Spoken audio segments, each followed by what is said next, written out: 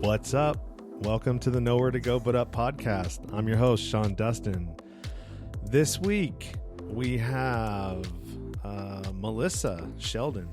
She's a voice actress that I found on Instagram. Or actually, she found me, and then I took a look at her page, and she had a podcast called the XY, which is X, the letter X, and then WHY podcast. And it's an audio drama that she has different voice actors in there that she showcases, and it's basically like marketing their skills and voices and stuff, their talents that they can do. It's really cool. I listened to it and I enjoyed it. I thought it was a very clever marketing idea. Anyways, it was a good conversation, and you guys are probably going to like this. I hope so. There was a lot of good information in it, actually, about voice acting, how she got into it, the different websites, and I'll have all that stuff in the show notes. The links to those sites and her social media and ways to contact her. If you get anything out of the show or any other show you listen to, please subscribe, rate, and review. I'd appreciate it, and I'm sure that any of the shows that you're listening to besides mine would appreciate that as well. Any comments, good, bad, questions, topic requests, or anything you want to say to me, you can email me at nowheretogobutupnow@gmail.com. You can send me your own stories of struggle or, dating horror stories. Anything that you want to talk about, just go ahead and hit me up. If you want to be a guest on the show, you can also email me. You can follow me on Instagram at Nowhere to Go But Up Now, on Twitter at But Up Now, and on Facebook, Sean Dustin. YouTube is Nowhere to Go But Up. And I have a podcast page. It is nowhere to go but up now.libsyn.com. You can leave comments there as well. So now, without further ado, let's get to the show. Hi, Melissa. How are you? Hey, I'm good. How are you? Good. Like I said, I should have been recording earlier, but I wasn't, but oh well. So we're going to go ahead and start. Melissa is a voiceover actress, correct? Yes. How did you get into that? That's the $1 million question. I get that a lot. To be honest, I think you had talked a little bit earlier about just kind of diving in and trying things, trial and error. And I did the same thing, to be honest. I watched a bunch of YouTube videos from agents, voice actors, and there's a lot of really good advice out there. And then I went in and found a few key websites, and I just started auditioning for like anything and everything. And I mean, I could go back and find my old auditions now and just cringe really terribly, going, really? I sent that to somebody? But I think that shows growth, right? So yeah, I just dove in and tried a bunch of things, and really, I tried to figure out what I was good at. I was actually a singer in a previous life. So I went to college for music and did that for a while. So working with the voice wasn't completely foreign to me. But voice acting certainly was. And it's something that I had never even thought of until, I don't know, maybe a year ago. So, just jumped in and tried a bunch of different things. So this is actually relatively new for you then. Yeah. And, I think the relative amount of success that I've had so far is shocking. There are communities, like artist communities, writers, and, I don't know, video game developers, authors, that are really supportive. And it's all people getting together and saying, hey, I love doing this. You too? Me too. And I've had a lot of really cool support And and then obviously talking to people in LA and agents and all that stuff. So it's been a wild ride so far in a very short amount of time, but I'm loving it. And I used to do IT work, so this is very different from that. And so it's nice. Yeah, I would imagine being able to sort of write your own hours and not having to clock in and clock out, or have to be somewhere at a certain time. I mean, I would imagine if my life wasn't like that and I didn't have to get up at, an ungodly hour in the morning and do all of that stuff, like how much happier, I would be doing something that I actually enjoyed doing. Absolutely. Yeah. And I think that's something that I don't know if it's, I don't know how old you are, but I think some of our generation or around the same age range are starting to do that, where it used to be work, work, work. I mean, my parents were like that, work, work, work. Doesn't matter what you're doing, 9 to 5, that's your life. And I think now we're, again, questioning those things and thinking about, yeah, but what's going to make me happy, and can I make a living doing that? I mean, I don't know. It's kind of nice to be able to self-actualize like that. But yeah, I mean, I was trapped in IT for, gosh, over 10 years, and healthcare IT. So there's no stopping with that. And man, it was rough. Yeah, I run across that quite a bit, where you wait, the alarm goes off and or I'm just like, really? Again? Yep. And Yeah. yep, again. I I was gonna say, I used to almost be in tears every Sunday night, like thinking about all the stuff I had to do throughout the week, and I would like stay up late and just be like, no, no, no, I just need a little bit more time before the week starts again, and yeah, it's not fun. No, not at all. So, from the time you started to your first gig, what would you say? And when I mean gig, like real paying, like not the $50, 50, your first real earning gig. What was the time in between? Would you say? Hmm. I guess I actually started out with some pretty low paying gigs. They were paying gigs, but low paying gigs. And I actually went straight to audiobooks. That was my first thing.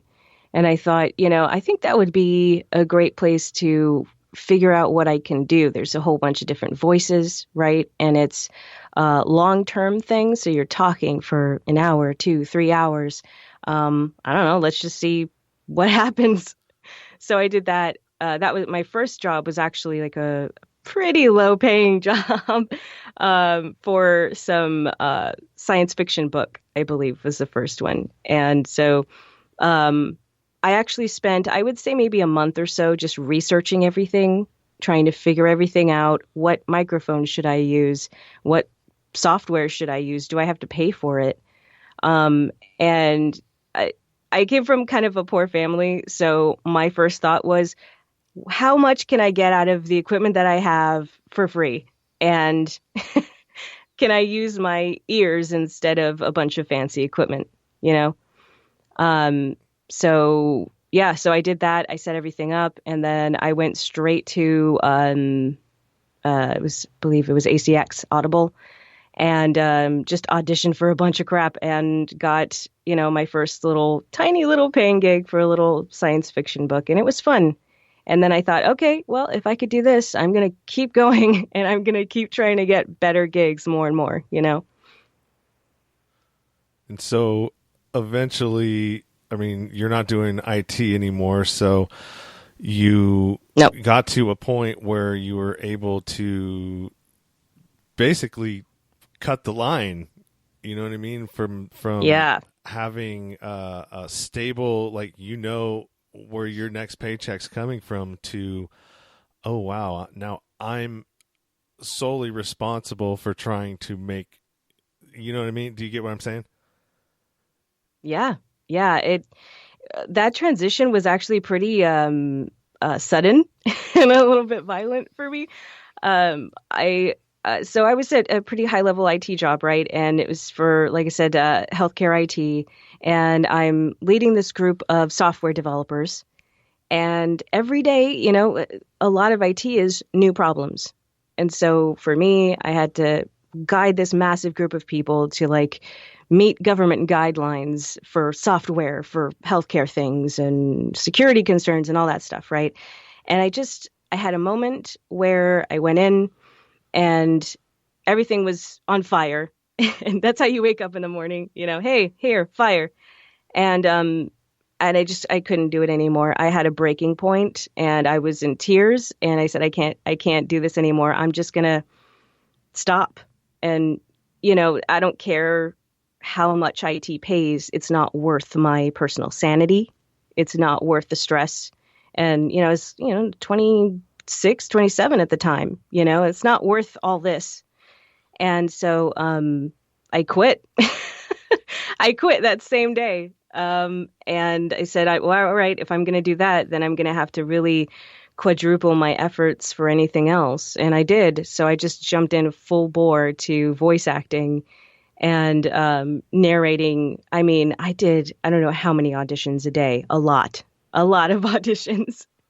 And, reaching out to coaches and teachers and everyone I could. And so I thought, you know what, if I'm spending 40 hours a week helping a massive corporation make more money and solving all their problems, well, why can't I do that for myself? So, yeah, I just used all the effort I was putting into these massive corporations into myself instead. And I don't know, luckily it turned out. If it hadn't, I guess would have returned. But so far, so good. That's great, man. That's great.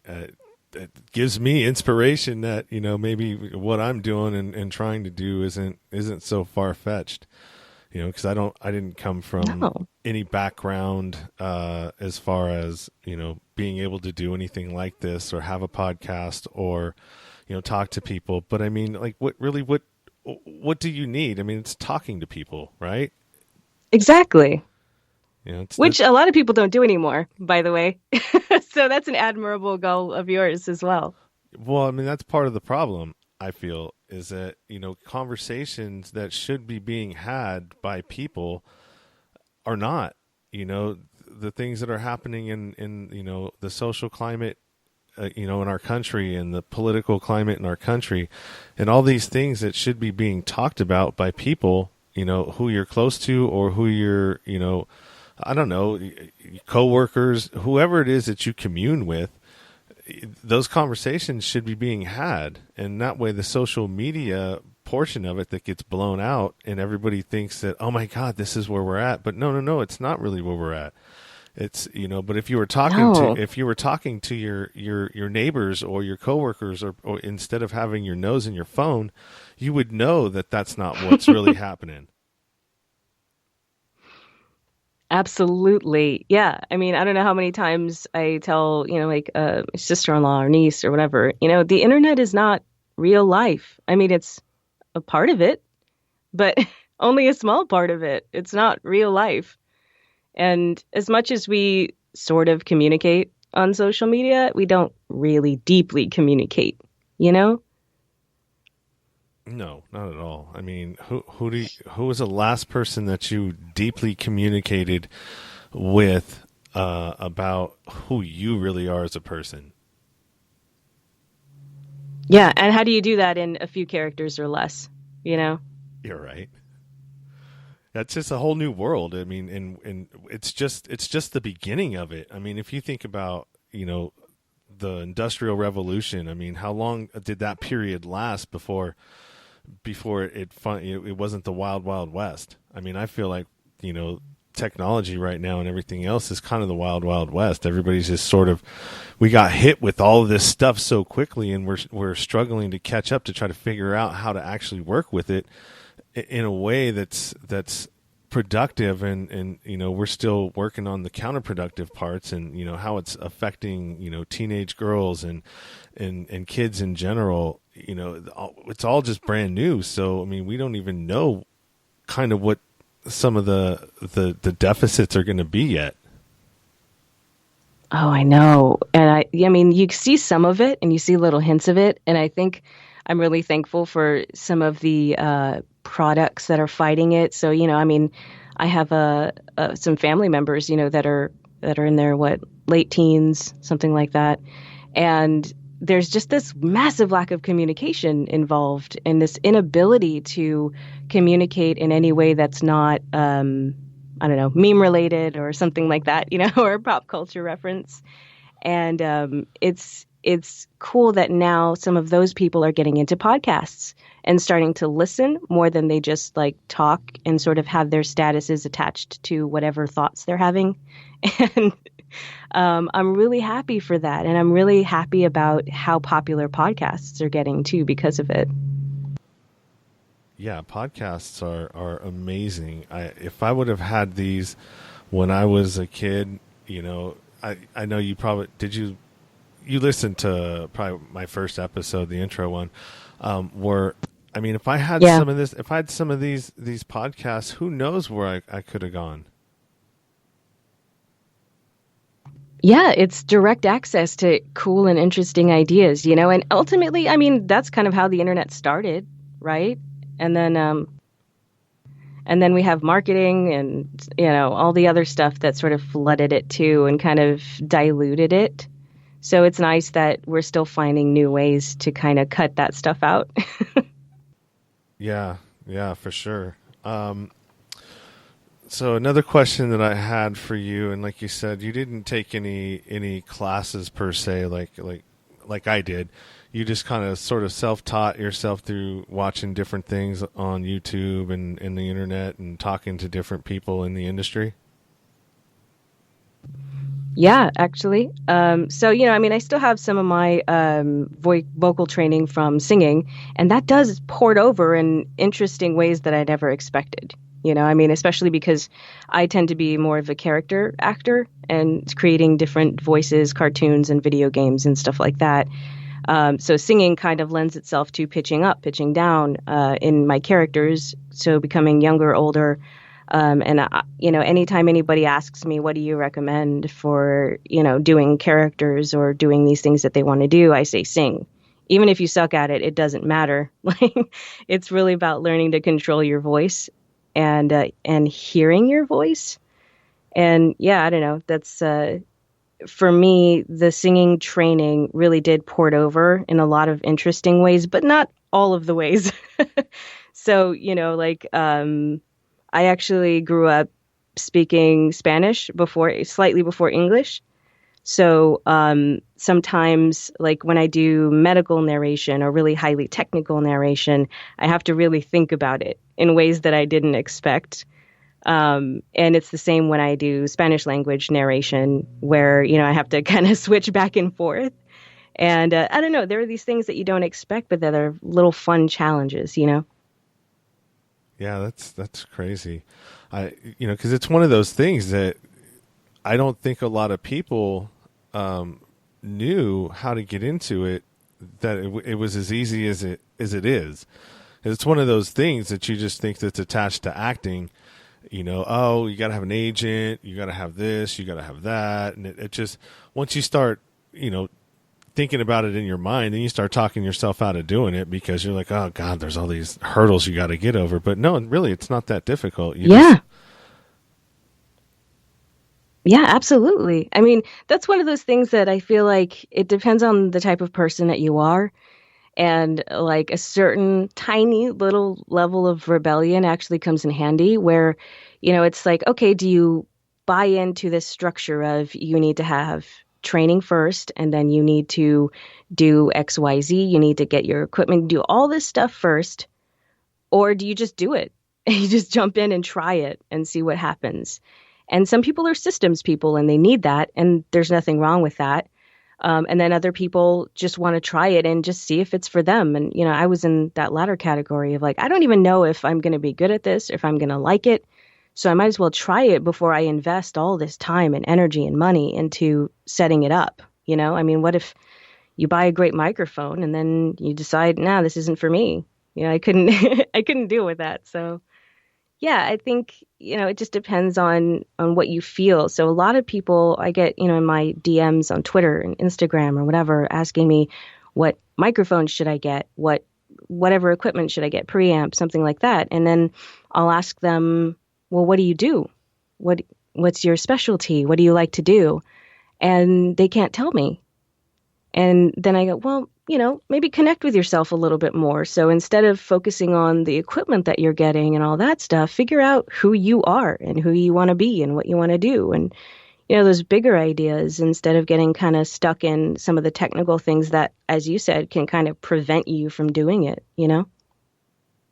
Yeah, absolutely. For like this podcast, I bought, so I did things kind of opposite of probably how you, well, I guess it would really depend on the type of person you are. So the type of person I am is I planned the whole thing out. I bought all the equipment that I needed. I did all this other stuff. And then it sat for, I don't know, I would say 8 months. Because for me, Oh, wow. yeah, for me, it was, so talking about doing it and doing it were two completely different things in my mind. So, and this was a part of like how I'm trying to figure myself out as a person and some of my character defects and how to address them. And one of the things that I was noticing about myself is like, God, you have a lot of, you can plan the shit out of something, but when it comes to the execution, you're horrible. It's almost like you enjoy, Oh, yeah, I'm like, it's almost like you enjoy talking about it, like romanticizing it. This is what I'm going to do. This is what I'm going to do. And, you ever know, those people that are always going to do people.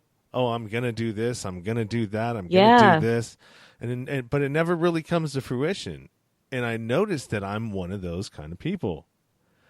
And so I would waste a shitload of money on stuff and then I would just never follow through. And so with this podcast, I was like, look, you've been thinking about doing this. You've been pulling your same bullshit. This is like self-dialogue, right? You've been pulling your same bullshit that you normally do, man. And you've got all this amazing equipment that most people don't even need to start. And you've got it and you're not doing shit with it. And so I'm like, all right, so how do I hack that? And so for me, it was, all right, well, I've got 3 episodes. I kept trying to, oh, well, I'm going to wait till I get 5. Okay, well, when 5 comes in, what is it going to be? You're going to wait till 7, 8, 9 Yep. that you've got in the bank, but you still haven't launched the damn thing? And so I'm like, all right, screw it. I'm just going to launch it. And in that way, I got no choice. Once it's out there, you either have to keep it going because content creators, if you got nothing going on, especially you find this out on Instagram, if you're not posting every day, you're going from 300 to 275 to 250 to, you know what I mean? Yep. So that was kind of how I hacked myself into doing this in this podcast. And it's like, all right, well, now you have to start doing stuff. That's great. I mean, why not do whatever it takes, right? Yeah, well, I mean, for me, there's always been some sort of an excuse as to why I can't or why I shouldn't, or like all my issues that I have are all self-inflicted. Anything that I've ever been through, it's because of me. And it really, that's how everybody is. Everything Yeah. starts in the mind, and we talk ourselves into things or out of things or justify why we should be doing things we shouldn't be doing or vice versa. And it's like, it's nowhere else. It's right here. Yeah. Yeah, I mean, you can blame external forces, but I think that's neglecting some of the truth of it where like you might have at least a tiny little part of that responsibility. Yeah. Yeah. And, I guess another thing with when I was talking about how, yeah, I didn't do that because, it's external forces that, somebody has to like you. That's just another excuse. Because for me, it was what's the real fear underneath that? Well, Mm. maybe I might suck. And maybe I don't, Sure. yeah, you know what I mean? Maybe I don't want to hear that I suck. Well, maybe if you did hear that you suck, you can either decide not to be there anymore and not do that, or you can figure out a way to not suck. How about that? Yeah. Yeah. Go figure, right? Yeah, but I mean, it's Yeah, like, I mean, good. there's absolutely rejection involved, to a certain degree. And you can reject yourself too. I mean, that's something that I don't feel like a lot of people think about, I think, is that what you said right there, which is, what if I suck? And then, I mean, inherently, even with that statement, you've got judgment there, right? Because you're saying that you suck. You're telling yourself that you suck. And I think that's what we're all afraid of. Like if somebody else tells you you suck, well, you still have to analyze that, for veracity and the truth of it. And you can reject that if you want to, but when it's you, there's no running away from it. Yeah, exactly. And I do this in other areas too as well. It's like, well, why is online dating so attractive to you? Well, because I won't have to get rejected. Uh-huh. Yeah. Mm-hmm. You know what I mean? It's not, I don't have to put myself out there. I don't have to take a risk. I don't have to go and see somebody in a grocery store and go, "Hey, God, you're attractive. Hi, my name's so and so." Blah blah blah blah blah. Oh, I'm married. Sorry, I'm not interested. Ouch, that hurts. You know what I mean? I don't want to feel Yeah. that. So I think there's good things and there's bad things. I think that technology and the whole online dating thing is kind of bad because it you just you don't you get to hide too much. Yes. Yes. And you hide behind. And there's a danger there in like pretending to be someone that you really aren't, you know? Yeah, exactly. And there's so many different things, so much to consume your head with. I know you can think about this forever, drive yourself crazy. But Exactly. no, I mean, I really think that what you're doing with this podcast is fantastic. Like pushing yourself, getting in there and just doing it. And then you can adjust the rest later. I mean, anytime anybody talks to me about starting a podcast, I tell them, it's probably less about content. I mean, it's still about content, but it's less about content, more about consistency and just engaging with people. And I mean, you're already doing that, so good on you. Yeah, and you have a podcast as well. Now, I listen Yes. I listened to all three of your episodes, and I they're really good. I was Thanks. the so I mean I had one of my friends listen to him, and she was like, "I don't understand." I'm like, "Yeah, I guess you probably wouldn't. You're not a part of any of that." But I mean, as far as a marketing, the way that you're marketing it, it's actually pretty inventive. And are you marketing those individuals as well that are voice acting in there with you? Yes, absolutely. So just That's kind of go ahead. yeah, I was just gonna say, just explain your approach on that. Yeah, so it's a little bit philosophical and then a little bit community driven. So, for the community part of it, I think, being somewhat new to the voiceover community and being accepted and appreciated and, being supported by total strangers was really great and humbling and totally different from the cutthroat world of like professional classical singing, which is what I was doing before. And in that space, nobody's your friend. Everyone's just out to kind of get your part or get a better one. And so the acceptance that I got from the voice acting community was so amazing that I wanted to give back in some way. And there were so many other people like me who were incredibly talented, but just can't be seen in this ocean of how many people are doing it. So I wanted to give them something to do and, pay them, just morally speaking, if I'm expecting to be paid, then they should too. and give them some sort of amplification in whatever small way I can. I mean, I don't have a huge audience or anything, but um, anything to get these people seen and appreciated and give them something to do, I think would be really cool. And so that, along with um, some of the philosophy of it, I mean, it started from X and Y chromosomes and just these weird conversations that I was witnessing and hearing online about men versus women. And it's always a versus thing, and maybe in the government and in a lot of our politics, it is versus.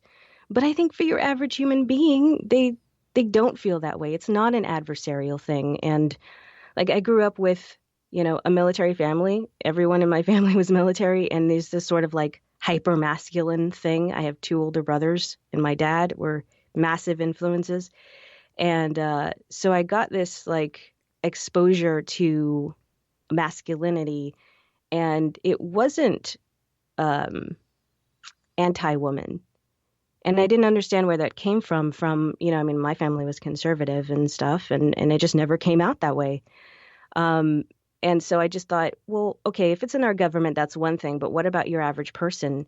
And so I wanted to kind of tell stories that either poked at or questioned or outright addressed either things we don't understand about each other or things that we want other people to understand about ourselves. So that's where a lot of the influence comes from. And then I just wanted to kind of like wrap it up in something kind of ridiculous and nerdy and fun. So that's how you get the XY podcast, I guess. Yeah, it's cool. I think it's a really cool marketing idea, and it also gets to showcase, because a lot of voice actors. I mean, I would imagine if you're doing something that, if you're not in something that you're paid to put it on your resume, it would just be better if you had something, and then or also you could just direct somebody to, hey, this is what I worked on, go take a listen to it on XY podcast, et cetera, Yep. et cetera. Yeah, for sure. And there were some really good people in there, that are working their butts off for different projects. And I'm happy to meet them and work with them, And then the podcasting community in general has been insanely supportive as well.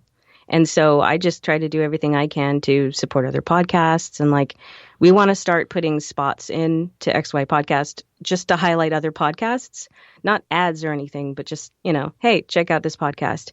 And that way we can like kind of all support each other, Yeah, that's one of the cool things that I've noticed about it.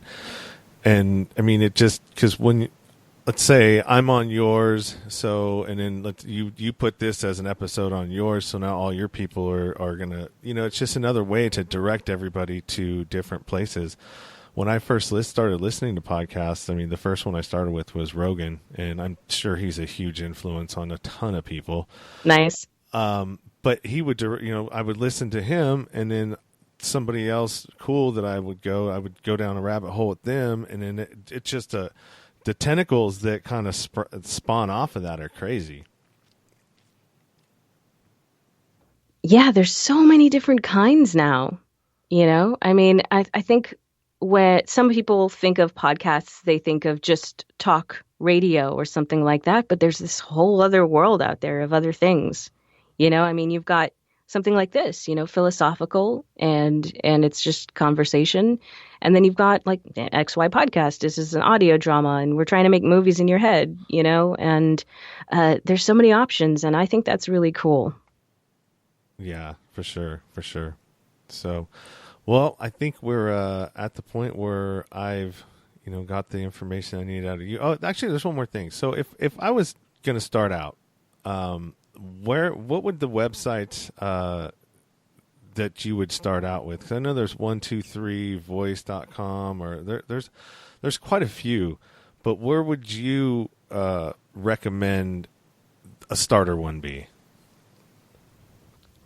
Ooh, that's a good question. So different sites will lean towards different types of things. But generally speaking, I think Casting Call Club is a highly recommended one where they've got a little bit of everything. A lot of it is, let's see, audio dramas. And there are a lot of people who are fans of a particular thing. And so they'll dub, different versions of things, or they'll mash up different things. If you are part of a big fandom, I recommend Casting Call Club. There's also Voice Acting Club. And that one has a good mix of everything. And I know and talk to and familiar with some of the people who run the site, and they keep it really clean and legitimate. So I recommend that as a safe alternative to something like Casting Call Club. Not that Casting Call Club isn't safe, but there's a thorough vetting that goes on for things like Voice Acting Club, because when you're starting, you want to make sure that you are protected and you're not going to work for somebody that's not going to pay you, or you're not going to work for someone and then never hear from them again. So there's a certain level of protection that goes on for those websites. If you're looking to get into audiobooks, I recommend ACX, Amazon Creation Exchange. And that website, it's open to the public. You sign up for free. You just audition for a bunch of different books and you figure out what you like to do. And I tell people the difference is that, audiobooks is a marathon, and some of your other things like audio dramas, dubs, those are sprints. And they can both be equally as intensive. So it just depends on what type of person you are. But those would be the sites that I would recommend to start. Cut your teeth, do literally everything you can. That way you grow as a voice actor. It may not be your cup of tea to do an audiobook, but if you try it, you're going to grow. You'll find out gaps in your talent or in your skill that you can fill or choose not to fill, and at least know them ahead of time. And the same goes for those other websites as well. So those are the ones I recommend to start with, and just apply to everything you can. Okay, and then editing too, that's part of it, right? Yeah. A lot of people feel like you need to go out and get, I don't know, Adobe Audition or, what is it that I have? Oh, Isotope Suite. And these things cost thousands of dollars. And to be honest, I still more or less use the free DAW of Audacity.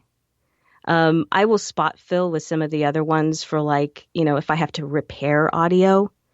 But as I said kind of before, if you use your ears more than anything else, then Audacity is perfectly fine. If you treat your room, if you treat your microphone, and you pay attention to your surroundings, that's all you really need to get started. And that's free. The same thing goes for microphones, too. A lot of people think you need to start out with an XLR mic and have this perfect setup.